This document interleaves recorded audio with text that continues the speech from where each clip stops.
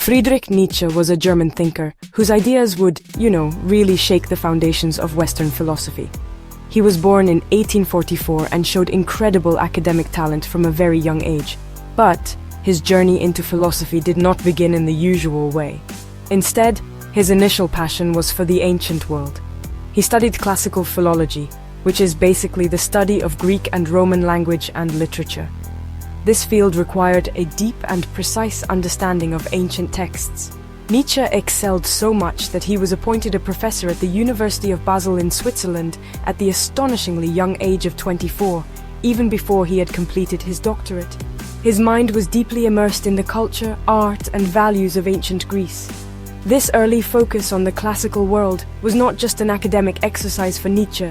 He saw in the ancient Greeks a culture that was vibrant, powerful, and honest about the struggles of life. He believed that modern European culture, particularly in Germany, had become weak and sterile. It had lost the vitality that he admired in the Greeks. His first major book, The Birth of Tragedy, was not a dry scholarly text. It was actually a radical reinterpretation of Greek culture. He argued against the common view that the Greeks were simply calm, rational, and orderly people. He wanted to uncover the deeper, more chaotic forces that he believed were central to their greatness and their art. Nietzsche's training as a philologist gave him a unique perspective. He was an expert in language and how it shapes our understanding of the world.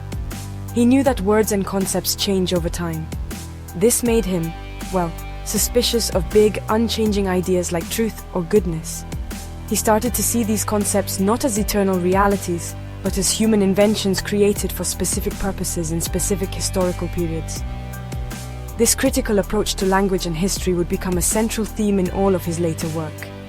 He began to question the very foundations of the philosophical tradition he had inherited, using his deep knowledge of the past as a tool for dismantling the present.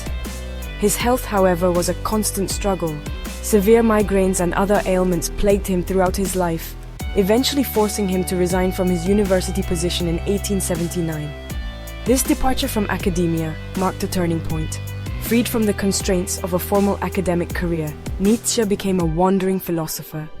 He spent the next decade traveling through Italy, Switzerland, and France, writing the explosive and challenging books for which he is now famous. This period of isolation and intense thought produced a philosophy that was personal, passionate, and aimed at, challenging every reader to re-examine their own life and values. His early classical studies provided the spark for this revolutionary fire.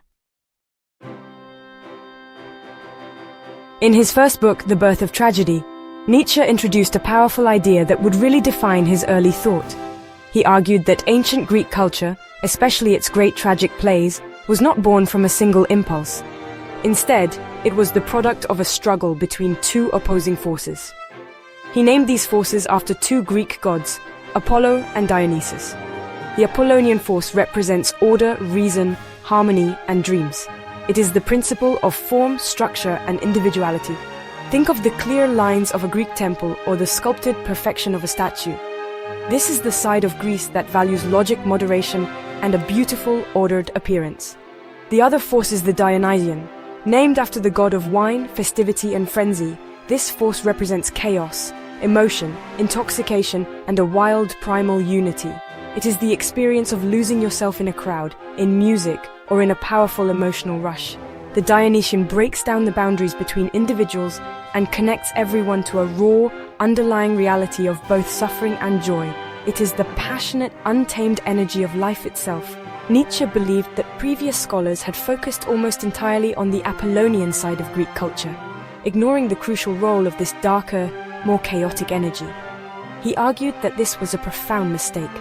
For Nietzsche, the greatness of Greek tragedy came from the perfect balance of these two forces. The Apollonian provided the beautiful structure, the clear dialogue, and the individual characters on stage. It gave the story its form. However, the raw power of the play, its ability to move the audience and confront them with the harsh realities of life and death, came from the Dionysian. The chorus in a Greek play, for example, often sang and danced with a collective primal energy that was purely Dionysian. This force allowed the audience to experience the underlying chaos and suffering of existence. but the Apollonian form made that experience bearable and even beautiful. This concept was revolutionary because it challenged the idea that art is simply about creating beauty or representing reality in an orderly way. For Nietzsche, great art must also embrace the chaotic and painful aspects of life. He believed that modern culture had suppressed the Dionysian in favor of a shallow, purely Apollonian rationality. This, he thought, had made art and life weak and uninspiring. By understanding the dynamic tension between the Apollonian and the Dionysian, we could understand not only Greek tragedy, but also the necessary ingredients for a rich and meaningful culture. It was really a call to embrace the full spectrum of human experience, both the light and the dark. Perhaps Nietzsche's most famous and most misunderstood declaration is "God is dead." He first wrote these words in his book, The Gay Science. It is important to understand that Nietzsche was not simply making a celebratory statement of atheism. He was not just happy that people were no longer believing in God. Instead, he was making a profound cultural diagnosis. For him, God represented more than just a religious figure.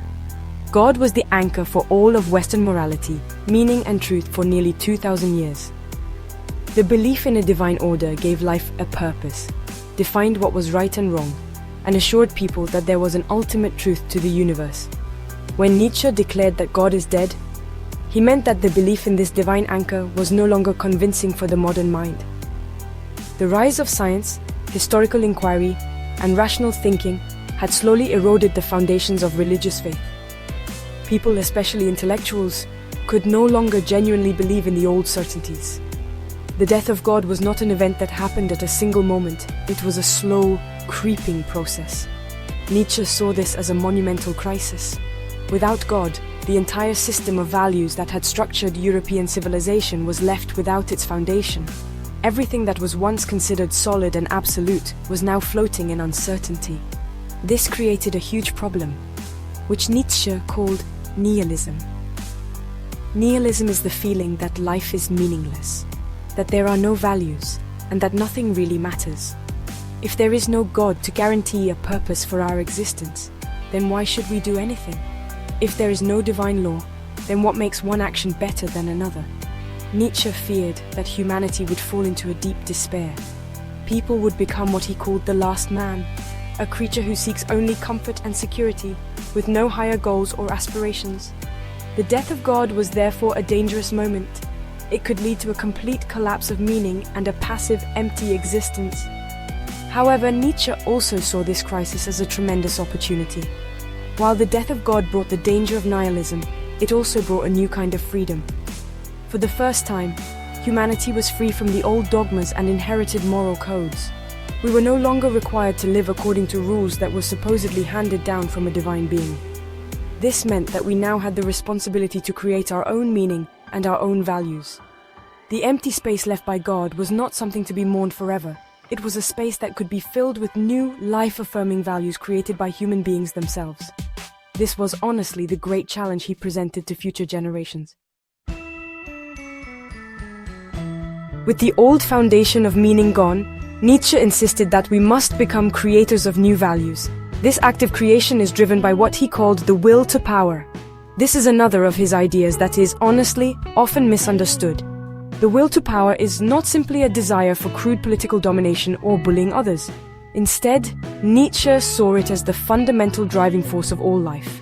It is the constant striving to grow, expand, overcome obstacles, and express one's strength. Just think of a plant growing towards the sun, an artist creating a masterpiece, or a philosopher developing a new idea. All are expressions of the will to power. It is the innate impulse to become more than what one currently is.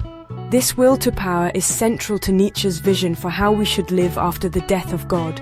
Instead of passively accepting values given to us by tradition or religion, we should actively shape our own lives according to our own will to power.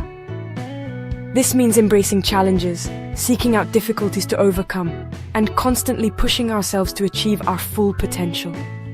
A good life for Nietzsche is not a life of ease and comfort. It is a life of struggle, growth, and self-overcoming. The values we create should serve this goal. They should be values that affirm strength, creativity, and the flourishing of life, rather than those that praise weakness, humility, and submission. This leads to